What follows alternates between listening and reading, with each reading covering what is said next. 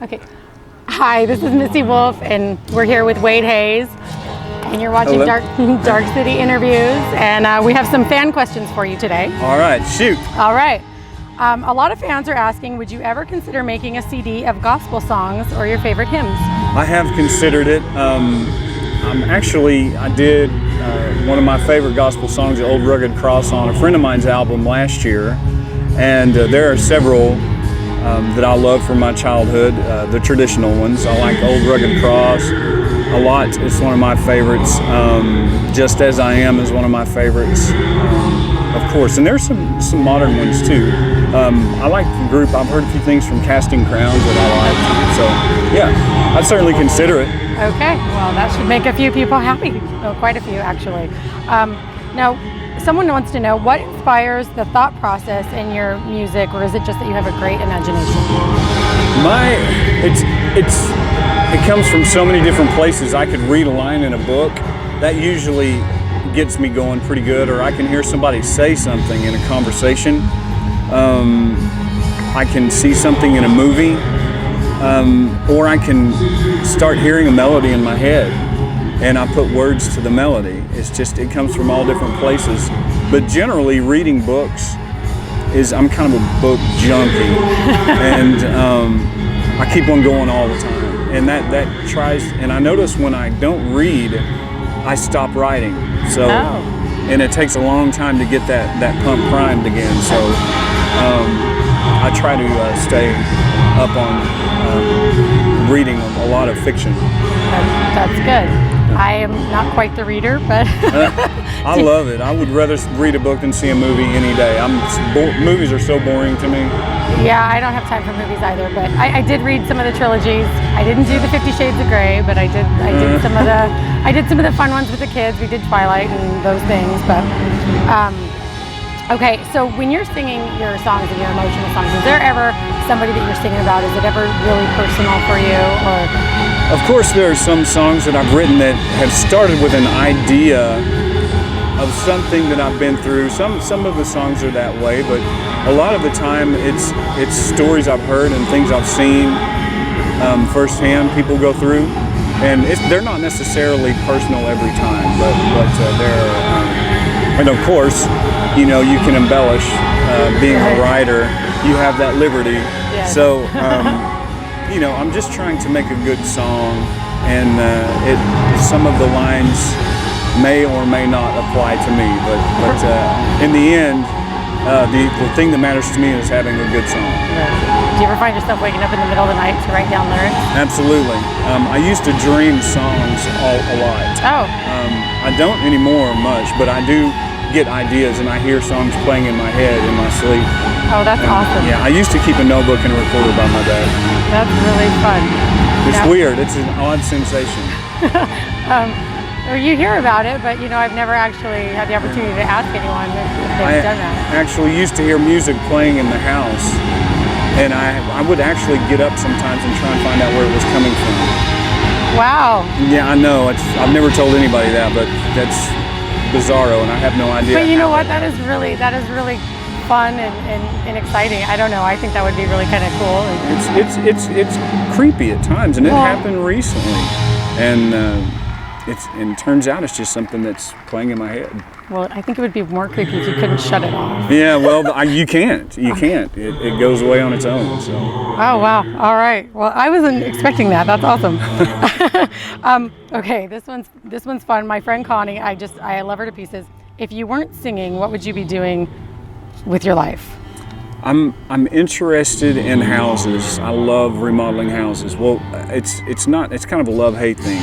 I do it because I feel so guilty about playing guitar for a living. I have to do physical labor, and I've remodeled. I think this is my 4th or 5th house I've remodeled and sold. Oh wow! And I get a lot of satisfaction out of that. If I weren't doing music, I'd probably do that full time. And I also considered being a fireman, and I almost went to school. When I moved to Nashville, I was toying with the idea of going to college for fire science. Wow. I had a lot of firemen that were friends back home. So how was that move to Nashville? What were you thinking when you moved out here? I was thinking I was 22 years old. I didn't owe anybody a dime. I didn't have a wife or kids. If I was ever going to do it, I needed to do it right now. And I'd been through 4 years of college, but I didn't graduate. I even had enough credits to graduate with an associate's degree. I didn't even apply for graduation. I didn't apply for mine either. I just wanted to come here. I wanted to come to Nashville, and I will tell you, my life has been better since day one. Wow. My life got better immediately. I've always heard that you loved it out here, and every time I've ever heard you talk about Nashville, you said you've loved it. You moved here in, what, 92? Yeah, 92, 93, somewhere around in there. This town has been very, very good to me. I mean, everything I've ever even tried has worked out, seems like, here. I got a great job the day I moved here, and it's just been good since the day I moved here. So if you could do it all over again and change anything, would you? Absolutely. There's a lot of things I would change, but hindsight is 20/20, and we live and learn. And I've discovered that God knows what He's doing, and I don't. I don't think that I was mentally equipped to handle huge stardom when the time was for that to happen. I was not equipped mentally, so I wasn't mature enough. I was a very naive country boy that didn't know anything about anything, and I would have self-destructed, I think. So I'm very thankful to have what I have and get to do this for a living. And I've got some wonderful friends and some wonderful fans out there. And you have a ton of fans out there. Well, I watch your pages, and you just have fans popping up all over the place, and your numbers are just going up. And you know, I have a pretty cool house I live in. I have a great dog.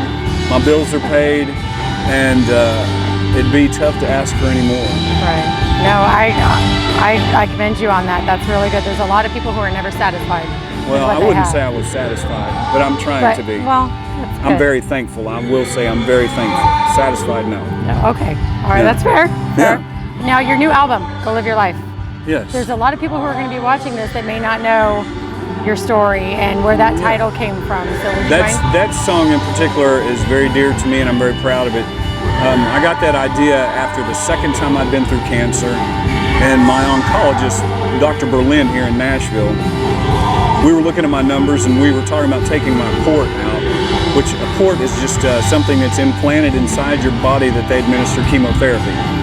And we were talking about taking that out, and he said, "Wait, I want you to listen to me. This is a big deal. You were stage 4, 12% chance of survival. You were stage 4, and now there's no evidence of the disease whatsoever. You need to go live your life." And it hit me like a ton of bricks. And I had to go write the song. I told that story to my songwriting buddy Bobby Pinson, and we wrote the song. And you know, I think about that song still today, and how much it means to me, and how grateful I am, how much I took for granted in my life, and how much even little things fascinate me now that I wouldn't have looked at twice 10 years ago.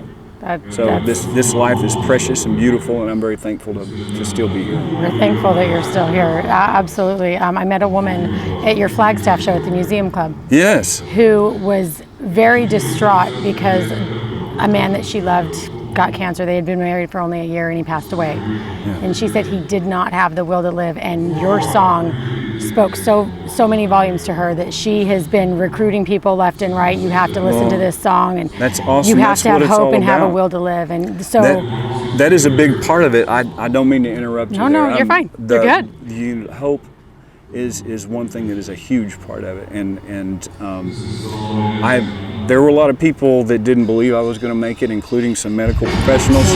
And I met a guy through my oncologist, Dr. Berlin again, who had almost an identical situation I had, and he was still alive, and is still alive after 9 years. And I saw that somebody could do it. And it gave me a lot of hope at a time I really needed it. So I'm hoping that's the reason I'm sharing my story. One of the reasons. Normally I'm a very private person, but I feel very, very led to share this with people and hopefully give them the hope that I experienced that day. Well, absolutely, and that's why I wanted to bring her up and share that with you, because that's awesome. I love to hear stories. I cried with her during your show. It was really sweet. Okay, So I have some more questions. When will you do a Christmas album? I've had a lot of requests. Yeah. When is he going to do a Christmas album, or at least a song on a CD? I might do a song, but you know, I have to say, Christmas to me is for the kiddos. I've never been a big Christmas guy. I wasn't fortunate enough to have children, so I kind of, you know, that's a part of my life that is really, you know, I don't think that much about it. To me, Christmas is every Sunday. I go to church and I worship, and I'm very thankful for Jesus and the reason for the season. Yeah, so you know, that's how I look at that. Okay. Well, you have a ton of people who are dying to, you know, get you on one of those. There are a couple of Christmas songs I love. I love the Christmas song and Oh Holy Night. It's beautiful songs. Oh yeah. Oh, definitely. And okay, so since you're a great songwriter, because we all know you're a fabulous songwriter, are there any artists that you would really like to write a song for? Artists that I would like to write a song for. And these are all fan questions. You know, I would love to write with Willie Nelson. That would be like the end all for me, because he's my hero, you know, idol as far as songwriting goes. Incredible, beautiful brain of his. I don't know how he does it. And as far as modern folks, I like some of Jason Aldean's stuff. Might be fun to do something there. Or Cole Swindell, I like his stuff. I like who else? It's new that I like. I just had somebody on the tip of my tongue. Oh, Joe Nichols. I like his voice a lot. I like Joe a lot personally. So. Joe seems like a really nice guy, and he's more the traditional country too. Yeah. He loves that. Yeah. Now, if you could do a duet with, you know, they're mixing up people all the time. They did Meghan Trainor with Miranda Lambert, and they always do these mix-ups. Would you ever consider doing a duet with somebody who's outside of the country? Absolutely. That would be fun. I love Bryan Adams. That's Ryan, not Brian. Right. Bryan Adams. I would love to write with him, by the way. And David Gray. I love David Gray. He's great. I really like Tommy and I went to see him the other night. What's his name? Scott Whelan. Yeah, Scott Whelan. Oh, nice. I love his voice. I'd love to write with him or do a tune with him. He's great singer. And Chris Cornell. I love his voice. Yes. Yeah. Yes. All right. And then I'll just a couple more. What is your favorite spot to get away to? To get away from everything, just relax, chill out? My home. Your home. I love it there. I love to be at my house. This place is almost my happy place. It's very close to it, but it's not quite there. I will sell this house next April and hopefully find the one. Okay. But I love to be home. I've got a lot of wildlife there. I've got a pond in front with these humongous fish in it. You go out there and catch your dinner? Yeah, deer everywhere, groundhogs, turkey, and it's pretty private. It's a mini farm, and it's very private, and has a big swimming pool. You know, it's kind of almost redneck heaven, but not quite redneck heaven. I love that. I love that. All right, I'll just do one more, and a lot of people have been requesting this. Have you ever considered doing an album with your dad? No, I haven't, and I should have done that early on. I don't think Dad has that much interest in it anymore. I should have done that early on, though. But he really inspired the love of this to me at an early age, and I was just consumed with country music. You know, almost at an unhealthy level. All my friends were into rock and stuff, and I was into Gary Stewart and Merle Haggard and Waylon Jennings, Willie Nelson, Gene Watson, and Hank Jr. I loved that stuff, and that's all I wanted to listen to, and I wanted to play a Telecaster guitar and play Merle Haggard songs, you know. So I do thank him for introducing me to that love, and it's been a huge part of my life. And you started really young, and you were playing. I did. I started playing honky tonks full time when I was 14 years old, and I was actually driving to them when I was 14, 15 years old. You know, I didn't even have a driver's license, and the people that owned the bar, they had to get something notarized saying they were my legal guardian, so I could come into their bar and play. Oh my God. So you know, obviously I saw a lot of things a 14-year-old shouldn't have seen. But you know, I grew up that way. But you know, my mom had me at the Lakeview Church of Christ every Sunday morning, so it kind of balanced out a little bit. I was gonna say, your mom, she tried her best to keep me on the straight and narrow, and for the most part, it worked. Good. Yeah. We all gotta love Mama for that, right? Absolutely. Absolutely. Well, thank you so much. It was my pleasure. I love that you took the time to do this for us. It's my pleasure. Thank you so much. All right. All right. Until next time, we'll see you soon.